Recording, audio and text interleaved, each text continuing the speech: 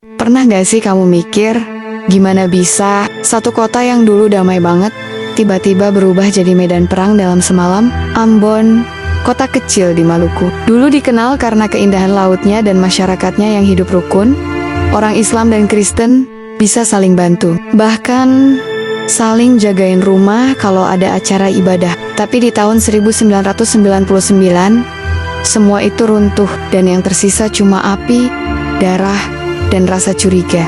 Hari itu, Indonesia baru aja keluar dari masa Orde Baru. Suasana politik panas, dan semua orang kayak lagi bingung mau percaya siapa. Di tengah situasi itu, satu kejadian kecil di sebuah terminal malah jadi awal dari perang saudara paling kelam di negeri ini. Nah, sebelum membahas tragedinya, lebih baik kita bahas dulu latar belakang Ambon sebelum konflik. Jadi gini, sebelum tahun 1999, Ambon itu kota yang dikenal tenang banget. Kedua agama besar, Islam dan Kristen, hidup berdampingan. Kalau Lebaran, umat Kristen bantu masak di rumah tetangga Muslim. Kalau Natal, giliran umat Islam bantu bikin hiasan di gereja. Semua berjalan damai, meski kadang ada gesekan kecil. Tapi di balik itu, sebenarnya udah ada api kecil yang lama-lama membara. Zaman kolonial Belanda dulu, orang Ambon Kristen sering lebih diutamakan buat kerja di pemerintahan atau jadi tentara KNIL.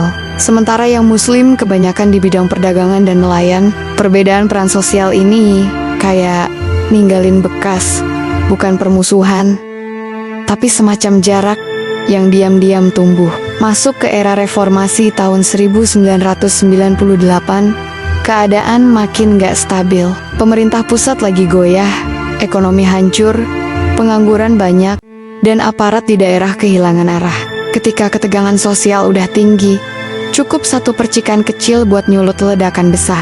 Oke, sekarang kita akan bahas pemicu terjadinya konflik. Nah, hari yang bakal diingat sepanjang sejarah Ambon, Selasa 19 Januari tahun 1999, pagi itu, di Terminal Batu Merah, ada perkelahian kecil antara seorang sopir angkot Muslim dengan pemuda Kristen. Awalnya cuman adu mulut biasa, tapi tiba-tiba rumor menyebar, katanya salah satu dari mereka dibunuh. Gak butuh waktu lama, sore itu juga, massa dari dua pihak mulai ngumpul. Ada yang bawa parang, ada yang bawa batu. Rumah pertama dibakar malam itu juga. Dan seperti bola salju, berita palsu dan provokasi nyebar cepat banget. Ada yang bilang, orang kampung sebelah udah nyerang.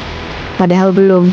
Akibatnya, orang-orang mulai menyerang duluan buat bertahan. Dalam 2 hari, Ambon berubah jadi zona perang.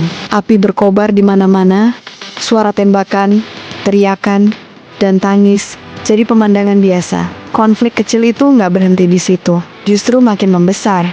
Warga mulai ngebentuk wilayah sendiri-sendiri. Ambon terbagi 2, daerah Muslim dan daerah Kristen. Jalan-jalan yang dulu jadi tempat nongkrong, sekarang jadi garis batas maut. Rumah-rumah ibadah ikut jadi target. Gereja dibakar, masjid dihancurkan. Banyak keluarga kehilangan tempat tinggal, bahkan kehilangan anggota keluarga. Bayangin aja, tetangga yang dulu bantuin kamu pas sakit, sekarang bisa jadi orang yang datang nyerang rumah kamu. Banyak juga warga dari luar Ambon ikut ke bawah. Sebagian karena simpati, sebagian lagi karena provokasi. Waktu itu muncul kelompok bersenjata dari luar Maluku yang datang dengan alasan membela saudara seiman. Salah satunya Laskar Jihad yang datang sekitar tahun 2000. Tujuannya katanya untuk melindungi umat Islam.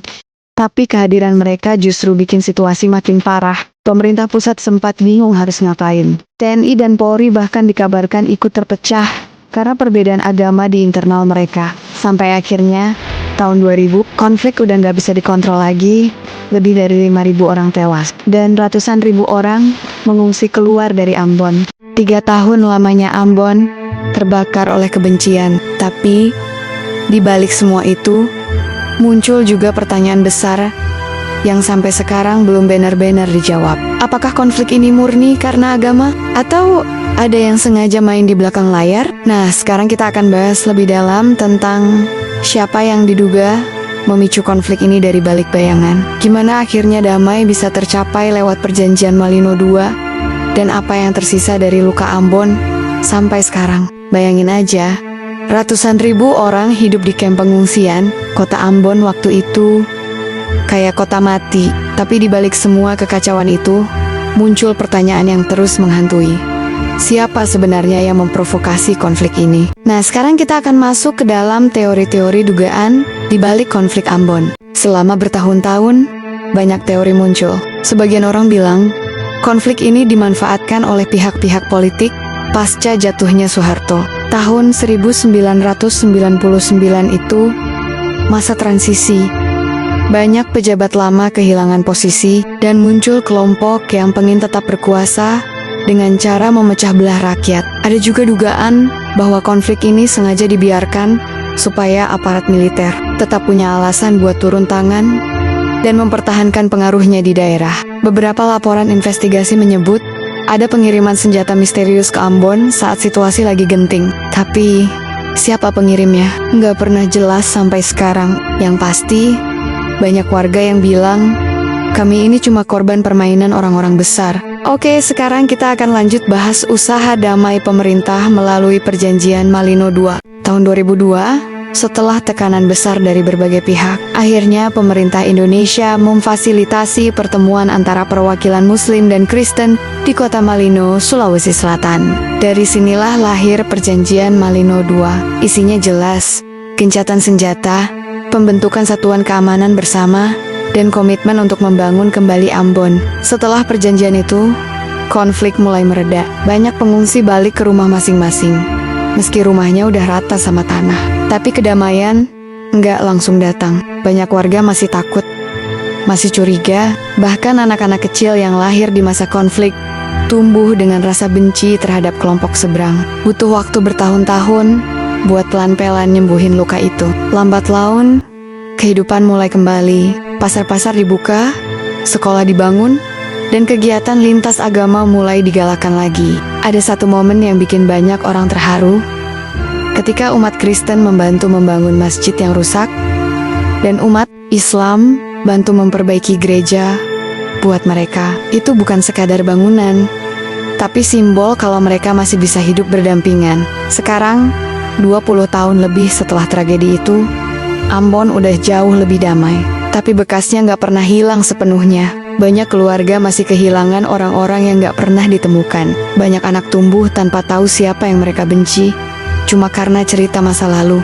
Dan disitulah pelajaran besar dari konflik ini. Kadang, perang paling berbahaya bukan yang pakai senjata, tapi yang tumbuh di kepala kita, rasa curiga, kebencian, dan gosip yang nggak pernah diklarifikasi. Kalau aja waktu itu orang-orang berhenti sejenak buat nyari kebenaran, mungkin ratusan ribu orang nggak harus kehilangan segalanya. Jadi, setiap kali kita dengar kabar yang belum pasti, ingatlah, Ambon pernah terbakar cuma karena satu kesalahpahaman kecil.